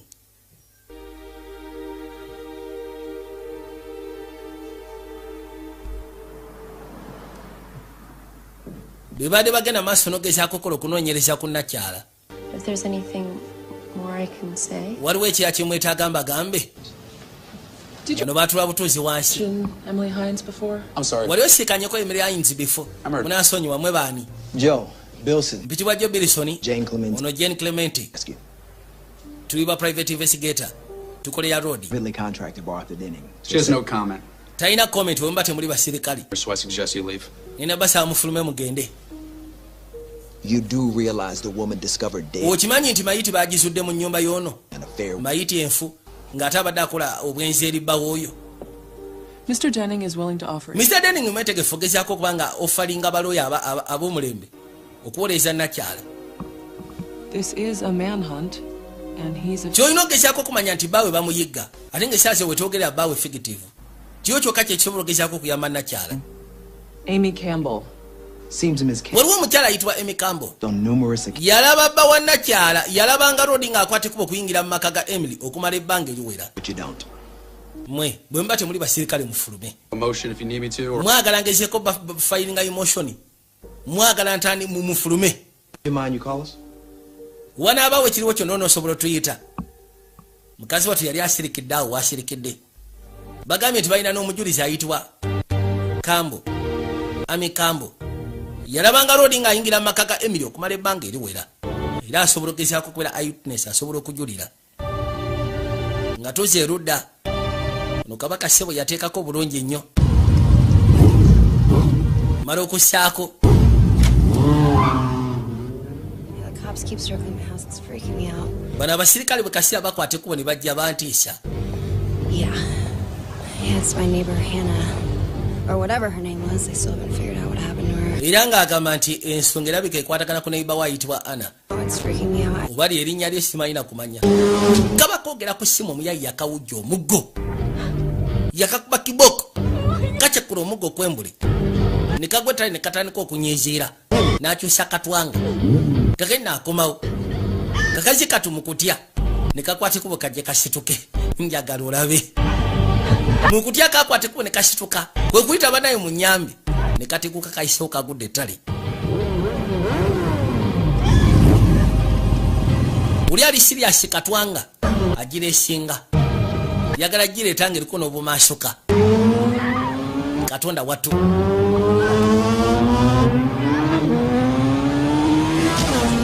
Yakakuba ne kakuba omutwe ku ndabirwamu. Kagenda otuuka wansinga. Mbeera sinnungi wadde n'eddakiika n'emu bweti. Era yo bw'amaliriza bw'atyo n'amalamu omusubi. Do you have any idea of what's happening here? Olina ekirowoozo ku ki ekigenda maaso wano? Hunting for this guy. Poliisi egenda maaso n'okuyigga roodi. First, before the cops do. Twandibadde ffe tusooka omufuna bifo ng'abasirikale tebannaba. Abrams yakubye essimu alina gw'ayogera naye. Naye nga tewali mulala gwe boogerako. Stand by and watch this settlement fall apart. Sisobola gezaako kwekkaanya settlement kugiraba ng'esaanawo. If we don't find it, bwe sebo settlement yavudde miliyoni 3. we'll get hurt. Ate senga tomufuna. Understand? Osegera kyegamba. Ebijja ova mu kino si birungi. Twala erina kyamudwaliro gy'akola. Ziba tekiri busa. Bagamba nti waliwo aleeteddwa embeera sinungi ye nakyala. 125 milligrams of Solumedrol, IV push. How has she been down? I need an answer. Neetaaga ekyokwanukula. Amy Campbell. What? Ayitibwa Amy Campbell. Amy Campbell. They didn't clean her up better. Amy, I need you to lay. Amy ngenda kusaba osooka okakkane wansi. Remember what happened to you? Ojjukira ki ekyatuuseewo gy'oli? You see what happened? Did you see? Walabye ki ekyakutuuseeko? Hey! Walabye yakuseeko waayo obadde kirwaki omubuuza ebyo nawe muveeko. Terera abadde amubuuza. Alawo obadde amutuufu kali mu seeseezi gyako. Abadde akabuuza wamulabye yakusekudde wamwekanyiza. Kubanga ne bali abasirikale bagambye nti Emily Campbell yalaba roodi ng'akwata ekkubo okuyingira mu nnyumba mu apartment ya Emily okumala ebbanga eriwera. Kibasegeza yali eyewitness. I'm okay. Oli otya nti ndi bulungi? Nabadde ndowooza nti oba osanga kino njasobola kikwasaganya. Naye sisobola kikwasaganya gwe ge mazima. Sisobola kinsuusiyeeko mpulira kinzitoyeeko mu mutima. It's just you and me. Kino kiri masekati go nange. Okakasa. Okakasa omwala gwe balese mu ICU. Omwala yandabye ko nayitibwa Amy Campbell. Oba Amy Campbell. Someone who knows what we did. Muntu omu amanyi ki kye twakoze. Oba omuntu omu amanyi ki kye wakoze. She saw me at Emily's place. She can ID me. Oyo omwala yandabye ewa Emily kibaseegeza asobola okukola identification ku nze. Wabula ngenda kusaba.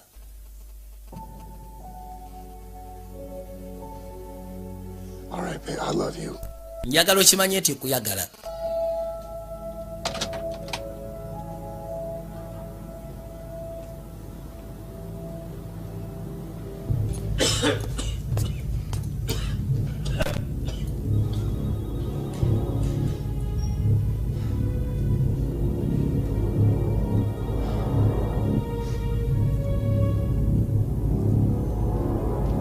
Amusawe bwe kiba kisoboka asooka amukolere ku oyo. Nakyala waba asobola lisi amukuba akayiso akayinza omukakkanya abeere mukoma paka ng'amaze osetulinga bino byonna. Kati mukazi wattu ali wano abirowoozamu yasoose kwebuuzibwa ddala mutuufu asobola okukola ekintu ng'ekyo. Naye munayiba wamusabye kuba kati omukyala yekka asobola okugezaako okukola ID ku road n'awa n'obujulizi nti yajjanga mu maka ga Emily.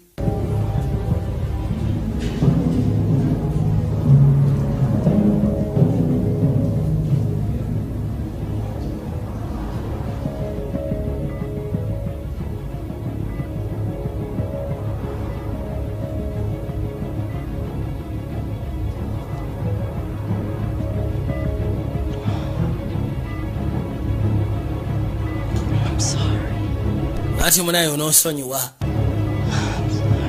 N'osonyiwa. Yatuuka we wali Nakyala n'agamba mutima gwa musonyiwe. Era bw'atyo n'asimbira agezeeko otuukiriza kiri kyasuubiza loodi. Naye nga naye ali mu kutya. Kimanyi kiro kyakola kiyinza okumuleetera ttagali. Ate kiyinza n'okuleeta obuzibu eri Nakyala ng'akyali mulamu. Sinakyoba osanga n'akutuka. Kutya kw'amaanyi. Laba. Yasalawo amukubemu akayiso. Wabula ziba teziri busa atono n'atandika okusambagala akomyewo engulu. Banange yayitirawo abasawo bakwate kubo bajje. Abasawo ne bajja basobole okugezaako okwekebejja. Ono yagamba tufudde. Mbadde ngenda munyiga nga simanyi. Kati laba ttagali.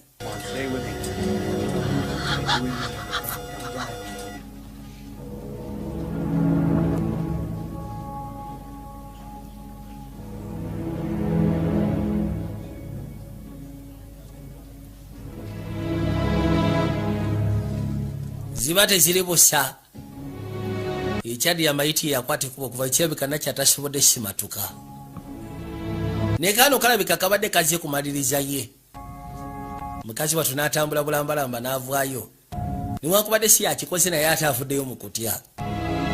Kubanga abadde alina watuusinga amaliridde kola kyonna ekyetaagisa. Ne kalodi kennyini kamuvaako emmanju nga kakutte ebimuli. Nakaakukola bakalina ebizibu byako. Kalina ebirwadde byako ngako. Muli kabisuula ebbali mu kadasibeni. Rodi alina amaka ge yatuukamu. N'agamba ti kati wano ekijja kijje. N'atambula bulambalamba n'ajja. Bw'atuuka ebbali n'akonkona. Aze mu maka g'omugagga. Aze wa Arthur Denning, CEO wa Pearson Pharmaceuticals. Kubirawo n'ekyasi kugulu gwe. Teri kwemamaaza. Waayo. Njagala afwande. Kuyitamu mpola mpola. Otyo. Next time you should phone me before you come here. Mulundi ogudako osokanga kunkubira kasimu nga tonnajja. Practice of code of ethics says. Iranga agamba nti okusinziira ku 714. Here's what's gonna go down. Mateeka gagamba tetukkirizibwa genda masula kubanga tusiikana. We give you everything that I got. Naddala ng'ensonga ze twazitadde mu settlement. Against you, legal, illegal. Bw'ekyoba okola kikimu kyokka settlement tugenda gikolera wano. Cover up all the shit that you've done. Oba ebintu nabifuna mu bumenyi bw'amateeka oba nabifuna mu butuufu. Buli kimu kiggwera wano. Yeah, what's that? I don't have the faintest fucking clue what you're talking. Amaziba gakatula simanyi ku kiki ogenda masula kwogera. Deka. It's gonna extort you. And you found out. Wakimanya nti Emily agenda kujjamu ensimbi. So you killed her. N'osyegera n'omuta. Kati oyagala flaming hands. Well, I did not. Amazima gakatula. Although I can tell by the conviction you've. Ekyo saakikola satta Emily. Newankubadde nsobola okugezaako kitegeera okusinziira ku ngeri gyonna mula mu ddoboozi lyo. So funny. kiri funny. Lee kidnapped herself, didn't she? Of course. Ekitegeeza Emily yeewamba. It makes total sense, doesn't it? Of course, when you love someone, you tend to overlook the obvious. But that's it. Bino bituuka bulwansonga ebiseera ebisinga omuntu oba omwagala obuusa amaaso ku bintu ebimu. She was testing me to see if I would. Kali omukazi batubambye ekyo yakikola ng'asindikira message ayagala kungeesisa kulaba oba nsobola okufaayo gy'ali. Yali yeetaaga attention yange. Teyasobola kuwangala okumala bbanga kumanya obadde mu butuufu nsobola okufaayo. So why did you send that? Kati lwaki wansindikira oli omujego okujja okunzita? Leka naawe. Nze kulaba ssebo ndi worth bilioni 8. Do I look like a man who would hire street thugs to do his 8.7? Ddala mutuufu nkulabikira ng'omuntu ayinza okera ku makya n'apangisa abayayi b'okubbala bamaliriza omulimu. Of course you didn't. I'm sure you didn't. Nkakasa ekyo tewakitegedde. You got involved with an ex-lover. You must have known wasn't too tightly wrapped. You're not playing with a full deck of cards, as they say. Yamugamba nti bw'wali otandika okugenda maaso n'ogetinga involved ne ex-lover wo. Gwe ky'otasobola kumanya nti amata tugoozanyisa tegawera. Crap we talk about. Baabo. You got involved because you wanted to. Kino wakigwamu. Court. Lwansonga wali oyagala okubaako omusango gw'amaanyi gw'okwasaganya mu kooti. Dreary, insipid, lackluster life. Osobola ogezaako okwejja mu bulamu bwo buno bw'ekijega. Bw'ekisiru. Anyway. It rained and you got wet. Naye ekikulu kya byonna obuzibu bwajja era bw'otonoosirana kwegamba enkuba yatonnya n'ekkuba. That you are down a rabbit hole, the only question. Kati olwedde omaze okwesimira akannya k'akamyu. Ekibuuzo kiri nti oli mwetegefu kukola kyenkana ky'okuba ng'ofuluma. Ng'eŋŋombo bw'egamba kisingako n'olumbira ddala thandi okwerumbisa. Osyegera kati ensonga mu bufunze yamugamba nti byonna byeyogeddeko ze sirina kye nali ntadde mu mukono. Kino ekibisirabika kirina bwe kyetooloola. Kale ekyebuzibwa olwedde kati wakitandiseko dde ogenda kukomawa okusobola ogezaako kivuunuka. Yajja akuba essimu yakubira 911. Hello? Sebo? Sisobola kulya aba ali wano. Waliwo ssebo eyaleeta katwanga. Agenda okuzza amaaso okwekkaanya bw'ati nga kirabika ke kasajja kali ke yabadde ayogerako.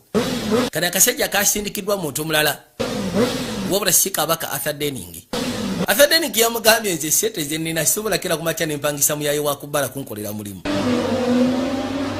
Sisobola pangisa mujega. Bwe katu ne kasitumula katwanga ne katawanyika. Wabula nga kagendo ne yafunamu ekirowoozo. Kandi banga lisi kalina kye kamanyi. Yajja akafuate. Ayi togenda bwotyo gwe ssebo. Genda kumbulira okolera ani. Ye mukazi watu Emily bye yali akoze. Yali ayagala seeking attention ya mugagga. Gwe ssebo motherfucker. Nekyebikaliwo ebyatukawo bitaali birungamu. Ebyatwaliramu obulamu bwe. Kati ye mukufa ne baagala bageseko ddusulamu ono. Yajja misinde ng'alemedde kasajja. Gamba gwe musiru gw'ojja kumbuulira. Bw'atuuka ebbali bw'ati. N'asooka asiriikirira. Kusekikowe. Kabaka ssebo ng'ali wano. Ne katwanga yagisibidde wali eri. Boyi n'amulumba. N'asooka agamusimba kati bwe kuba kwati katugenda baamutujja. Bwe bamutujja ne bamwetika ne bamuleeta erudda.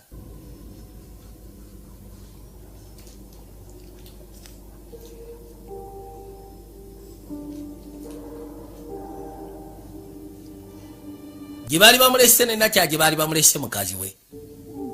Ne mukazi we mukazi batunga bamusibidde wali erudda. Lwali agenda okwenyolanyola bw'ati okuba ng'atera okudda engulu. Nga ne maaso awo waliwo engeri y'entaana masekati g'ekereziya. Gezaako okulwana nga bw'asobola yeetaggulule yeesumulule. Naye nga si byangu.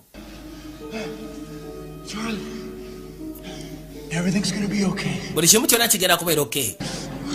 Tofaayo, buli kimu kigenda kubeera alright. Yagala kufuna ngeri gye yeetetenkanya yeesumulule.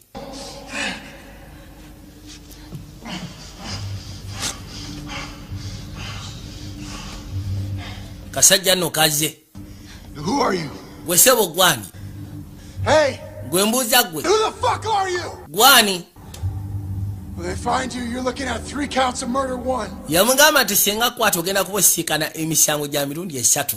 Something tells me. Waliwo ekiŋŋamba. Why did you kill Emily? Lwaki wata Emily? I didn't. Samuta. I moved her. Namutegula buteguzi. Why? Lwaki? You really don't know. Ddala mbutuufu tomanyi. Kyava atazza amaaso eri ono gwe. Hey! Baawo tamanyi. Charlie, look at me. Kyali gwe kasajja gwetunuulira. Yakwata ekyambe n'akifumita nakyala mu kifuba. Ono n'awulira obusungu. Gwe kasajja gwe genda kutta. Ngenda kutta nayira ku syakatula bwe kwata ku ngenda kutta. Why are you doing this? Lwaki ogenda maaso n'okola bino? It's what I do any different than what you do. Yagamba lwa nsonga byenkola byawukana ku gwe byokola. But you're not. You're just confused. There is no right, no wrong. Tewaliwo kiyitibwa kikyamu oba kituufu. Mukazi watu bamufumise. Bamufumise si walungi. Bulamu kirabika bugenderera. Kalwadi sebo kayimiridde awo. Lwadi yafuna engeri gye yeesumulula. Najja atobe nako. Wesebo. Ne basooka bazeetujja. Kamutujja ennyondo. Kajjukireko mu Iris mu butundu bwa Iris. Baabano. Ne kamunyweza omugunda wano erudda kichwa. Twabulako ne ka Fast and Furious kana kasembyeyo. We. Yakambalira. Ne basooka batoba. Ne kamunyweza ensingo. Ati oshaga yakafumita. Yakafumita mu mberizi. N'akatomera. Kashekulya ddala n'akagunda.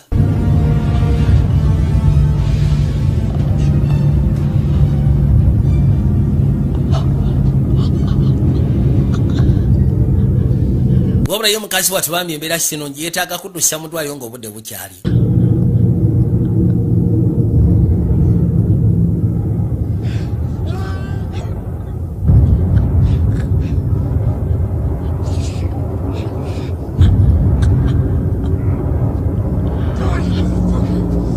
Yasooka n'akanyweza akakasize ddala mbu akamaliriza.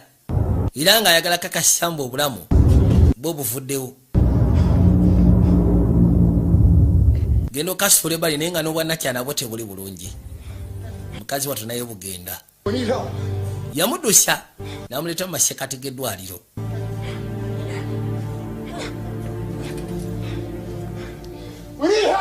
Twetaaga obuyambi.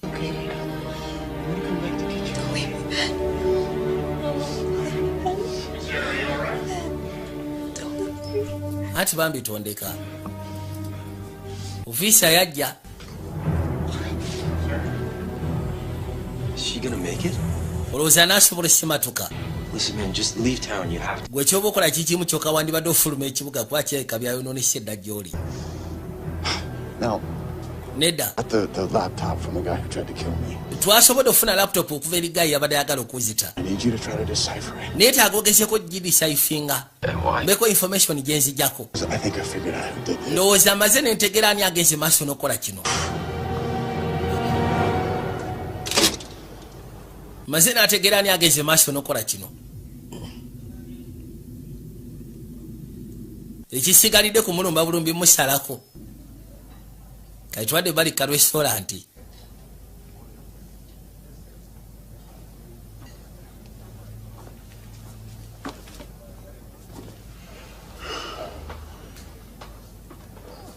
Yatuula wansi. Yajja asika ne Bramzi. I'm reading about you here in the paper. Omanyi mbadde ngenda maaso n'okusomako mu mpapula z'amawulire. Nga bagamba bakuyiga. Wuliriza. Buli kimu kiryoke Mr. Bramzi. Buli kimu kiryoke munaye tewali tagali. Hakuna shida. I sure will. Ndowooza oba olina kye weetaagako n'obutereevu era bwe naaba nyina kye neetaaga nja kuba nkunyigako. Kati gwe ssebo. You'd look better. Weetaaga weetereeze. Oh boy, you got evidence against you, son. Bakuyirako obukakafu. It's all over. Maloboozi. It's just not in your favor. Yasi tugambe nti emikisa tegiri naawe. Lwaki wakikola? Lwaki onkola kino? Nze siina kyekoze. I killed somebody because of you. Natta omuntu lwakubanga gwe. You did that on your own. Ekyo kikoze ku lwo badde weetaasha. Nedda. Nedda. You did this to me. Kino gwe wakinkola. You can prove it. Ate nga nsobola okikakasa. Osobola okikakasa. Otya? I didn't kill Emily. Nze size yata Emily. Any good lawyer will tell you it doesn't matter what he is. Lawyer yenna omulungi ajja kugamba tekirina makulu. Ekibaamu amakulu nti obukakafu butunuulidde gwe. There was a biker. Waliwo biker. A man on a motorcycle. Omusajja abadde avuga katwanga. Underneath the church. Abadde seba agenda tuziika wansi w'ekkereziya. Snapped his neck. Ne mutta n'enkutula ensingo ye. You know him? Omumanyi omusajja oyo? I never heard of him. Nze simuwuliranga nako. No, I think you do because you hired him. Nze ekimanyi omumanyi lwasooka gwe wamupangisa. So kept a very detailed. Kati nekyewunyisa abadde akipinga details eza buli kimu kyonna kye mbadde mukola mu masekati gammwe. Ku laptop ye. Ka laptop nagifunye. Ne kubaako accounts zenjuula. Ngendo zekebejja. Oh, nga kiraga sete zibadde gwasindika. N'ebisigadde byonna kono oyagala ku blackmailinga. Why the fuck would I blackmail? Lwaki mba ku blackmailinga? Bullshit, son. Leka genda maaso na ku bullshit. How did you build your reputation? Neezimbira sebo reputation kono wagizimba otya? And CEO sociopath. Nga ngenda maaso n'ogezaako okufuna bano babankazi abeefula abakabi nga mbamenya ne bakkira wansi ku maviivi gaabwe. Do the wrong thing for the right reason. Ebiseera bisinga ngenda maaso n'okola ekintu ekikyamu ku lw'ensonga ennungamu. Reputation, Mr. KL. Nze sebo neezimbira reputation, Mr. KL. It's oft got without merit, lost without deserving. There's some Shakespeare for you. Katonda watu. I'll take care of my reputation. Nze jasobola okulabira reputation yange tewali kyojja gikola. Nobody is you thinking, having the audacity and the profound Katonda wange. You can take me. Kagano karodi kolaba. Sebo kabadde kafuna abantu ne kabafunako bukakafu. Ninga mu kifo ky'obatwa mu kooti kasooka batwa ne basetolinga ne kabajja mu sete kuyanja. Ne rodi bwe kabadde kamukoze. The state of Louisiana. State yo Louisiana. 1979. Mu 1976 has executed 659 criminals. Yasibisa abamenyi b'amateeka 600. Waiting. Ndowooza nga na mukaaga. Nga waliwo n'abalala abalinze mu lukubo. Kati kansiwe gwe toli omu kwabo be bagenda osiba. Rodi yasirikirira. My profound ignorance uncovered something. Anti munaye kyotwalanga profound ignorance yange nyina kye nazudde. Taking bribes, throwing cases for him. Nga kirabika obadde ogenda maaso n'ofuna engozi okuva eri emisango egimu gy'obadde oteekeddwa okuddukanya. Kene guno omusango kabadde kagufuma nga kagusetinga nkagala kujja mu nsimbi era kabadde kafunye sente miliyoni 4 eza dola nga tegugenze na mu kooti. Bino byonna otuukawo kaali kabisetinga lodi okusikana nakyala bina n'ebisigadde. Nze gamba nti kati otudde mu kkanisa yange wandibadde ofuluma. Kumba abasirikale bazze dda. George. Bazekwata Abrams. You're not going to give me a manicure, are you? Togenda kumpa bali kokono teke engalo wezirabira tosirwala. I will crucify you. Gwe nkusuubiza nja kuteeka ku mushalaba. Kana akazanyo tekanagwa. Enjoy your pen. Kapeni ko kako katwala k'emitwalo 68. Kajjayo bujja serubwatula n'obusungu. Didn't know I had that in me, did you? Oh. Wabadde olowooza sobola kikola It has come to this, hasn't it? Bituuse wano eno. You do the wrong thing for the right reasons. Twateesayo tugamba titukola kwegamba okola ekintu ekikyamu ku lw'ensonga ennungamu. Kigenda okugamba kiri kimu. You want to see a man ain't got no limits. Oyagala okulaba omusajja atalina kkomo. You're going to jail. Gwe bagenda kusiba. Let's go to jail. Ani agenda osibwa? Yazza amaaso nga mutuufu buli omu amutunulizzaamu serwatula. I don't like this kind of thing. Banaye bino ebintu bye muntaddemu sibyagalira ddala. Era syagalira ddala wadde n'obyesembereza. N'olwekyo nikeyo kya bullet. Kegeno njagala wekanye kalodi kabijjamu katya. Lengera. kamaze okwesya kulabwe kabe tekakyasobola kusimatuka noli kabaka abadde katwanga abadde akolerako mu bulwadde bwalimu waliwo ekakwata ekuboneka kuba essimu nga kagamba eno settlement isobola jikiriza gezaako falling apart munoonye singa tomufuna abantu bangi abagenda olumizibwa ani nsobola ogezaako kitegera Charles kaali kakubidde kabaka mwennyini Denning nga kamugamba nti omuyaya adduse n'obukakafu wandibadde omutetenkanya nga obudde bukyayita omukwate kake noono kabaka omulwadde kaali kakolagana naye katya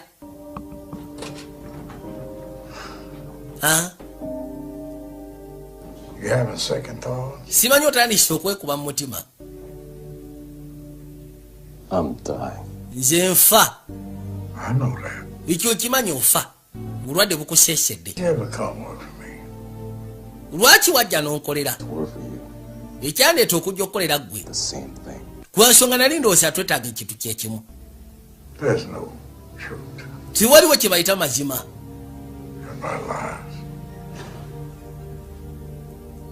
Stop searching for me. lekeraawo okunoonya amazima You go find it. genda ogafune katono bwe yakwatira ekuba okujja okasiikana mbu bakole bombiriri yajja ng'alina ekigendererwa kye kyali kimu eddagala lyali agenda maaso n'okozesa lyamuyisa bubi okuva mu ba Pearson Pharmaceuticals ne basalawo bakwate alisi bakombayininga amaanyi banoonye obukakafu basobole okugezaako okuba nga basibya loodi oba si kino ekampuni esaanyizibwewo niye bwe bagenda mu kooti ekooti n'ekasinga nga tewali bukakafu aba Federal Drug Authority bali mufuna obukakafu obwannamaddala obukakasa nti ddala Pearson yali afulumya eddagala lirimenya amateeka nikikaluma kirodi bwafuna obukakafu ne kamanya nti wano we kagenda otandikira kirikalina omufulaminga ye kamugye ku ddiiru ngeri emubendera wabula ono ye ekyamulumye era kyovula ye bombiri abadde agenda kubatta nakyala ogasyeko noono abadde agenda kubatta balime tuuka mikono gy'akasajja kali ka Ibrahimuzi n'obukakafu aleme buto osaayo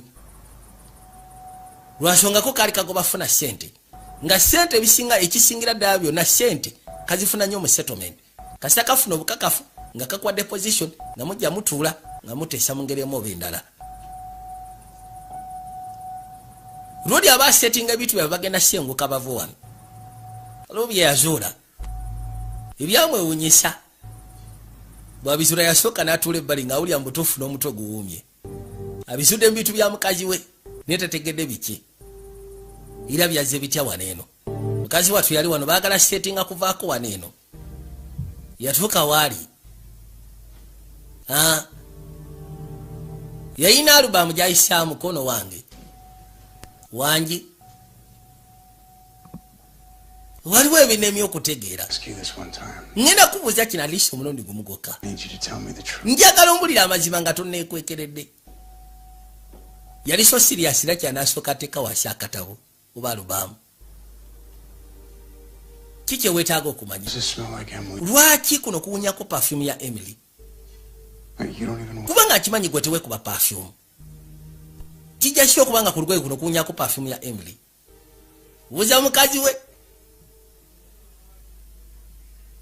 we n'asooka akandaga nga adda muli kino kirabika omukazi alina kyamanyi kibula akalwali we kabadde kamukutte mu ekereziya kamubuuza kyogamba tomanyi ne kama ne katunuulira omukyala kiri bwe kiti It was an accident. kaali kabenje akatuukawo